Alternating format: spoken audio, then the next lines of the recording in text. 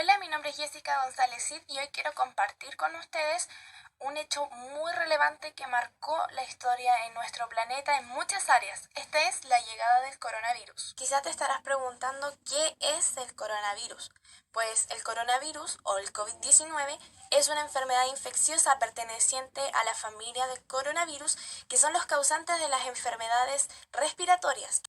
Esta pandemia tiene sus orígenes a fines del año 2019 en una ciudad llamada Wuhan, perteneciente a China. Sin embargo, existe debate sobre su origen.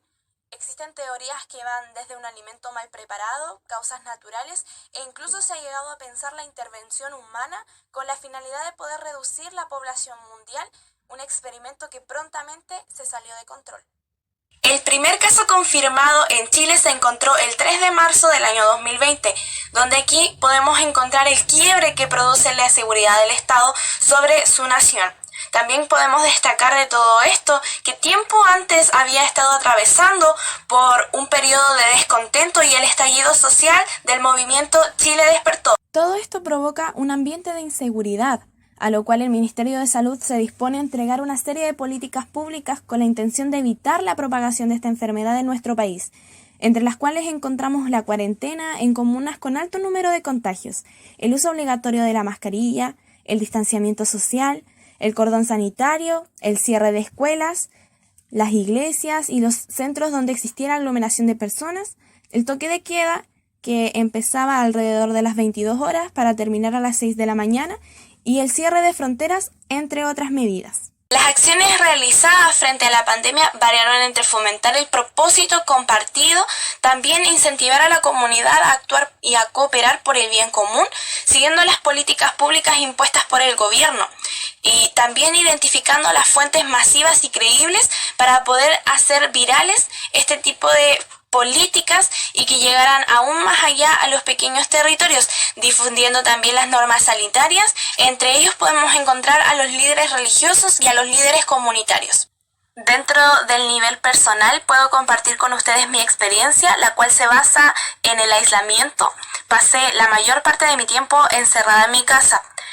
Todo esto para poder evitar enfermarme. Mi mayor temor no era contraer la enfermedad y sufrir las consecuencias, sino que se enfocaba más bien en la responsabilidad que tenía para poder proteger a mi familia, ya que muchos de ellos figuraban dentro de la población de alto riesgo. En las ocasiones que tenía contacto con la sociedad era cuando me correspondía ir a comprar alimentos a los supermercados, o incluso en algunas ocasiones tuve que viajar, obviamente tomando las precauciones necesarias, ya que tenía familiares que vivían en otras ciudades pero que estaban pasando por un mal momento. El comportamiento de las autoridades fue desde un inicio con irresponsabilidad y una extrema confianza en sí mismos. Hacían, además de todo esto, transmitir una seguridad utópica a la población.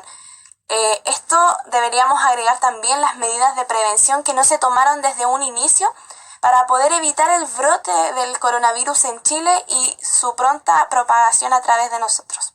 A nivel social, se podía observar como respuesta hacia las medidas de protección al principio el cumplimiento de las normas de seguridad, pero pronto la sociedad comenzó a notar las injusticias e iniciaron las protestas por diversos medios a través de redes sociales, cacerolazos en los balcones e incluso manifestaciones presenciales. El área de la salud recibió todos los halagos. Fueron los héroes dentro de la historia gracias a su esfuerzo inagotable por los pacientes. El trabajo científico fue a nivel mundial y con una ardua labor en el intento de descubrir la cura de manera rápida para acabar cuanto antes con esta amenaza que día tras día cobraba más víctimas. A pesar de que conocían la propagación del virus, no sabían con exactitud su procedencia. Finalmente lo reconocen como una mutación de la familia del coronavirus.